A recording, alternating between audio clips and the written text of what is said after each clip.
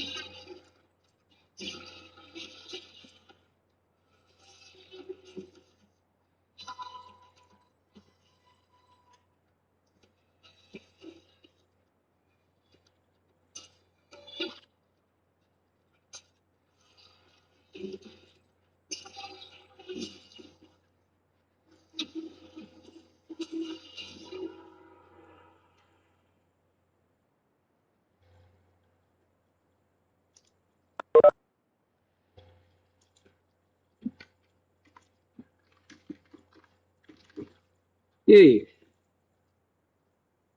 que vocês acharam dessa pequena demonstração? Hum, horrível, né? Vamos imaginar o seguinte. Vamos imaginar o seguinte. Se quiser, o filme é livre, vocês estão vendo aqui. Essa aqui é a capa do filme, a Amistade.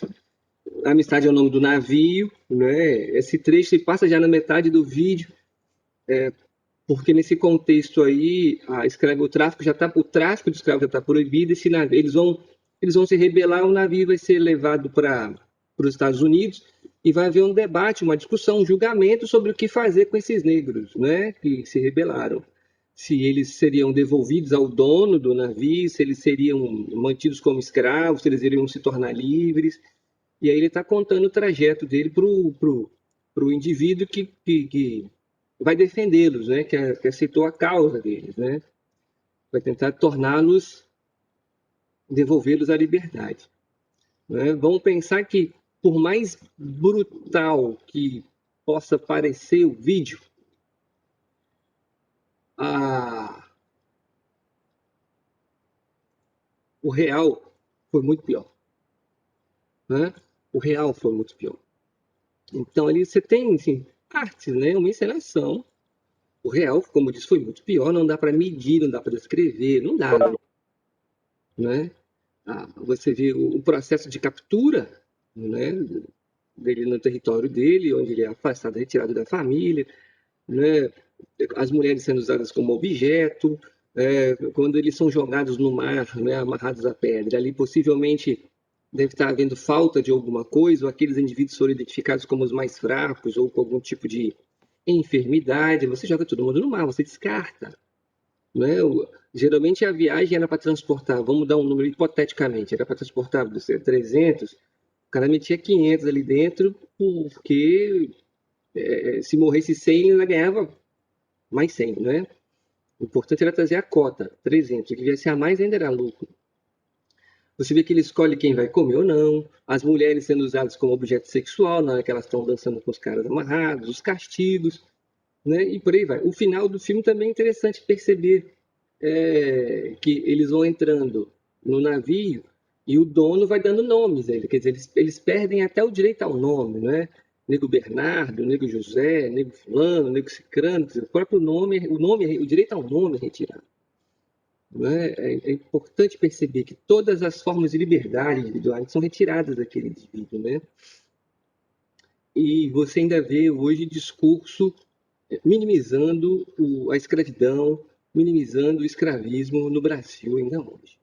Né? Você ainda ouve esse tipo de comentário, é o que a gente chama de um revisionismo. Né? O revisionismo é uma releitura da história, né? E o revisionismo que a gente vive hoje no Brasil é um revisionismo fascista, né? Onde tenta minimizar os problemas da história do Brasil, né? Os crimes, as desigualdades construídas, as estruturas construídas ao longo da nossa história com o objetivo de favorecer um grupo, né? Branco, homem, elite, né? Tentando convencer a massa, né? Essa minoria que não acessa, de que aquele é o lugar dela, então. Então é muito importante ter essa concepção, essa noção do, do, do, dos problemas, né? Que a nossa sociedade enfrenta e os motivos dele. Né? O preconceito no Brasil, a violência no Brasil, as injustiças sociais do Brasil, elas estão ligadas ao escravismo e à forma a qual uma elite lidava com tanto com os negros, tanto quanto as mulheres, quanto os nativos, né? E esse tipo de reprodução de poder, de superioridade, ele, ele se reproduz e se adequa aos novos tempos. Ontem foi um dia muito importante, pode parecer que não, né? Mas ontem foi um dia importante na luta contra o racismo, quando, não sei se vocês acompanharam, o jogo entre o PSG, o Paris Saint-Germain, e um time da Turquia, um time de Istambul, aonde um jogador denunciou o quarto árbitro por um ato racista e os dois times saíram de campo. Isso foi extremamente positivo, eu achei, né? Porque faltava o esporte, o futebol é o esporte mais popular do mundo, né? E passa-se pano para tudo, né? Tudo você tenta dar uma ajeitadinha aqui, uma ajeitadinha ali, né? E ontem a posição dos jogadores foi importante. A gente tem que ver agora como que a FIFA, né, a UEFA, ela vai se posicionar mediante a isso, né? É, é, se cobrou muito uma posição mais efetiva em relação ao quarto árbitro, né? Mas, bom, em tese, se fosse aqui no Brasil, ele sairia preso. Né? A gente não sabe como é que é a legislação na França, mas foi muito importante aquilo, né? Se aquilo se tornar uma prática, quando a torcida de um time produzir um ato racista em relação a um jogador adversário, o time da casa tirar a camisa e sair de campo, né? Isso seria brilhante, né? Seria brilhante. Mas ontem foi um ato muito importante, né? A gente viu o basquete dar uma aula de luta, a NBA, no caso, né? Deu uma aula de luta, né? De enfrentamento. Né? A NBA foi um espetáculo em todas as circunstâncias, no lidar com a pandemia, na posição política, na questão social. A NBA deu um show comparado ao que já visto, e ontem o futebol deu uma, né? Botou a cabeça para fora e respirou o que estava afogando. Então é importante perceber esses tipos de eventos e pensar sobre, sempre pensar sobre o que está acontecendo. O que está acontecendo? Né? É importante a gente ver isso. Vamos trazer aqui a apostila. Alguém quer fazer algum comentário sobre o filme? Algum trecho que passou, que chamou a atenção? Fica à vontade.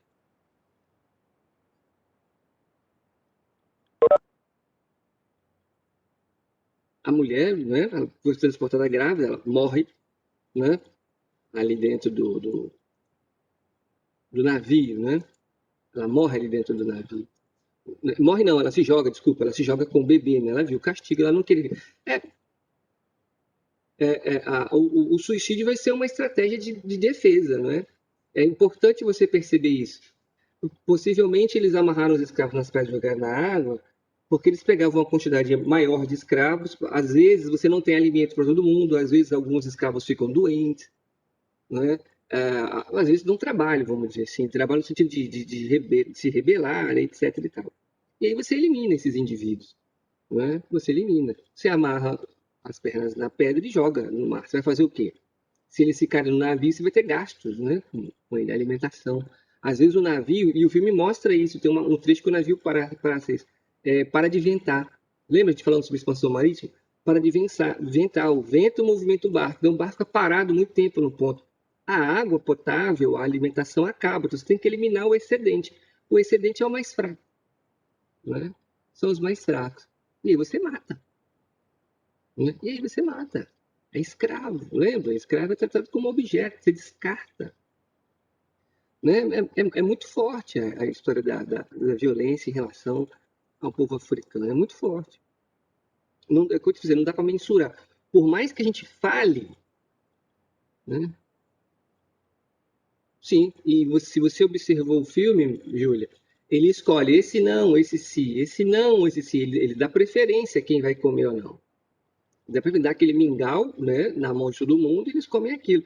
Ali, se você percebeu, dentro daquele navio, aquele monte de gente, eles estão naquele porão ali dentro. Ali eles comem, bebem, urinam, defecam, vomitam.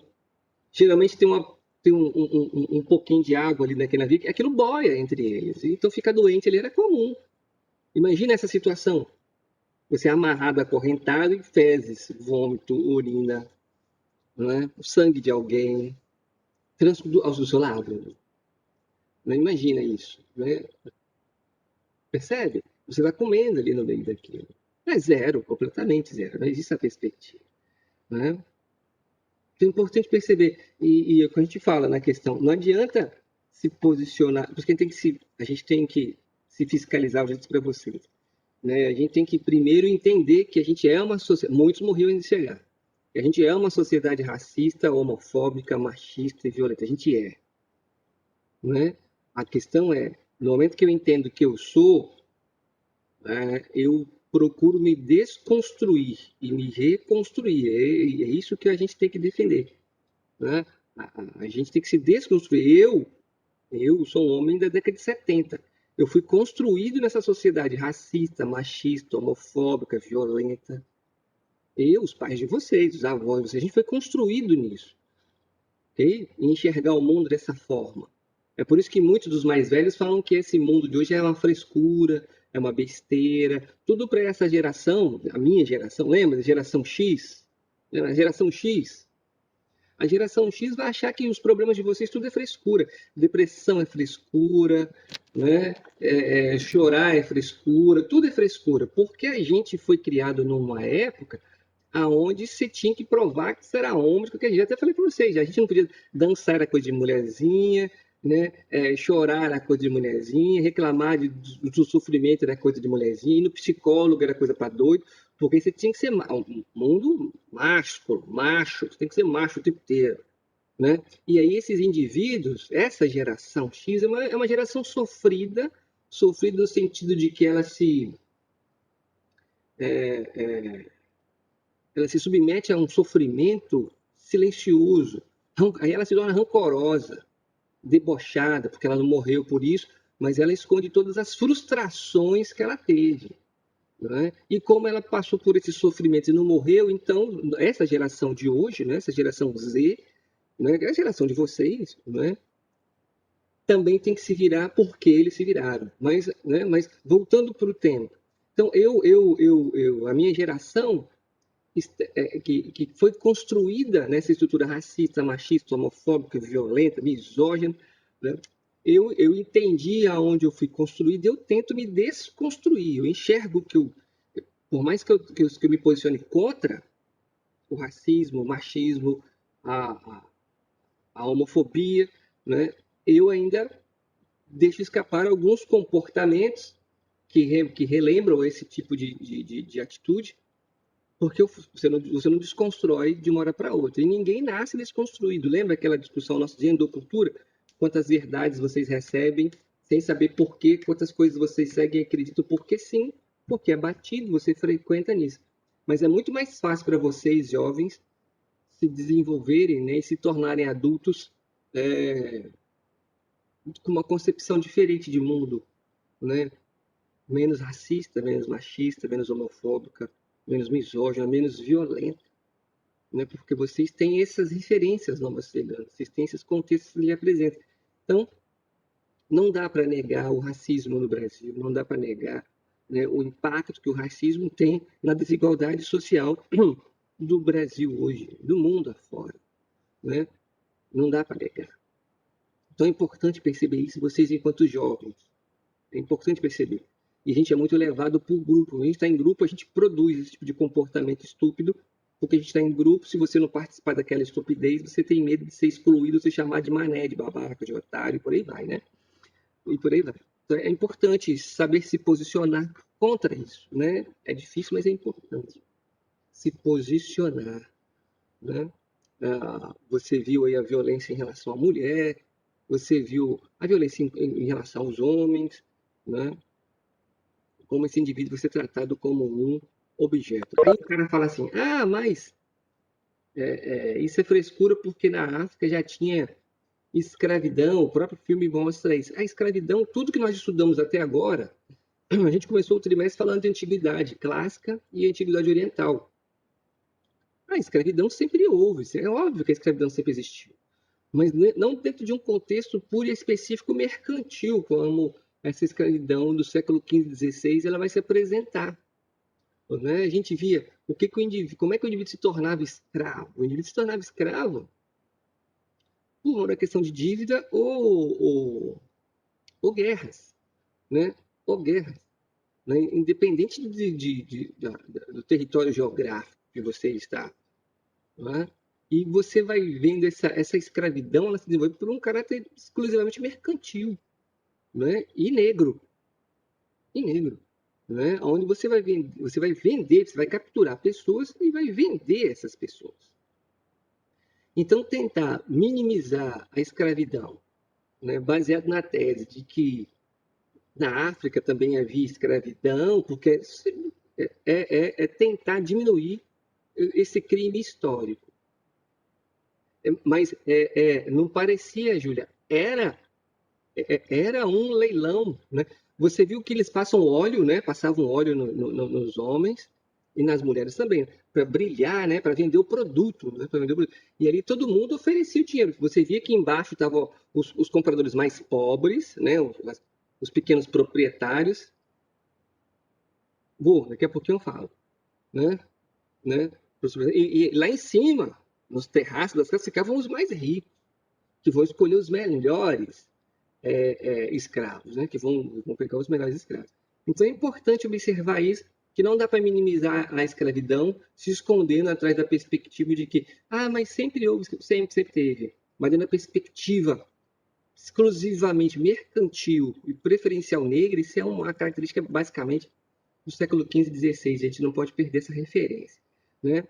Essas questões aqui a gente já discutiu em sala de aula. Só para fazer referência, né, ao que o Gustavo falou, a gente não podia terminar eu não sei se vai ter mais aula essa semana, né? Acaba dia 11, eu não sei se vai ter aula amanhã. Mas vamos deixar algumas coisas claras aqui para nós. A gente queria passar esse vídeo e mostrar para vocês, mesmo de forma rápida, devido a todo o contexto que aconteceu sobre a África Atlântica. A gente não pode perder esse contexto, a gente não pode ignorar o escravismo africano, a história da África. A gente passa a vida toda estudando a história da Europa, né? E a gente mora no Brasil, um país composto não só por portugueses, mas pelo povo que já havia aqui, os nativos. A gente precisa dar atenção aos nativos também, e ao povo africano que veio para cá como escravo. e a gente só estuda a Europa, né? Aí você vê como a imposição eurocêntrica ainda predomina nos dias de hoje, né? Tudo que a gente estuda tem como referência o mundo ocidental europeu cristão. Olha como no século XXI a gente dá predominância a essa verdade, a verdade europeia, né, o mundo ocidental cristão. É preciso pensar e criticar isso e buscar ver as nossas outras vertentes históricas, a África e o nativo da América. Eu queria dizer para vocês algumas coisas, né, que a atividade está postada hoje, ela vai das 13 horas até as 19. É uma prova objetiva, são 15 perguntas objetivas. Você vai fazer no Word e mandar para mim. Certo? É hoje, das 13 às 15. Está constando ali perguntas sobre o antigo regime, mercantilismo e absolutismo, questões sobre reforma protestante e renascimento. Então, tem acho que 5 questões de cada uma, 15 valendo 10 pontos, né, que vai se somar a pontuação do slide do Renascimento ao slide do absolutismo e ao slide da Reforma Protestante. Aí, muita atenção no que eu vou dizer agora. Presta atenção. Hoje é a quarta nota. Né? Quinta ou sexta-feira, né, de repente, né, até sexta-feira, sexta-feira é o último dia que eu tenho para postar tudo, então presta atenção. Hoje todo mundo é obrigado a fazer essa avaliação. Todo mundo tem que fazer. De hoje até quinta, possivelmente, eu vou postar uma outra avaliação. Essa outra avaliação é para quem perdeu alguma atividade. Ah, eu não fiz o slide do Renascimento. Ah, eu não fiz o slide da Reforma. Ah, eu não fiz o slide. Vai funcionar como uma recuperação, entendeu? Então, de hoje à noite para amanhã, eu vou postar uma outra atividade para quem está devendo alguma nota.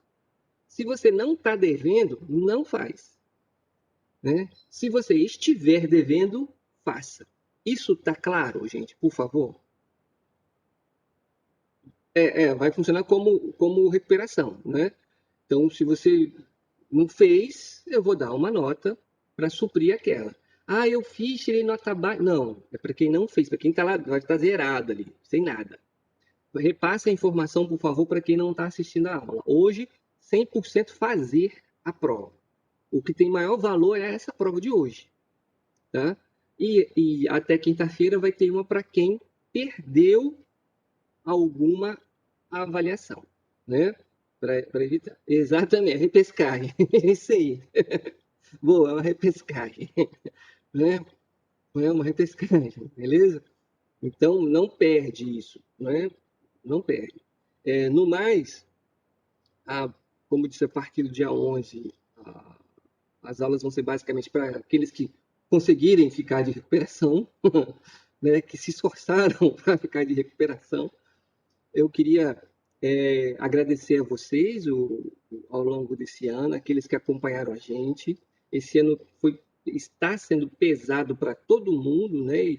E cada um tem um peso diferente, né? A gente não sabe dos problemas individuais de cada um. Às vezes o que para mim não é nada, para você é coisa para caramba. Então, não tenha vergonha e medo de admitir que está pesado. O meu ano está muito pesado, eu estou arriado, assim, com as coisas para baixo de tão cansado e desgastado que eu estou devido a esse ano, foi muito pesado, mas ele está servindo de experimento para 2021, né?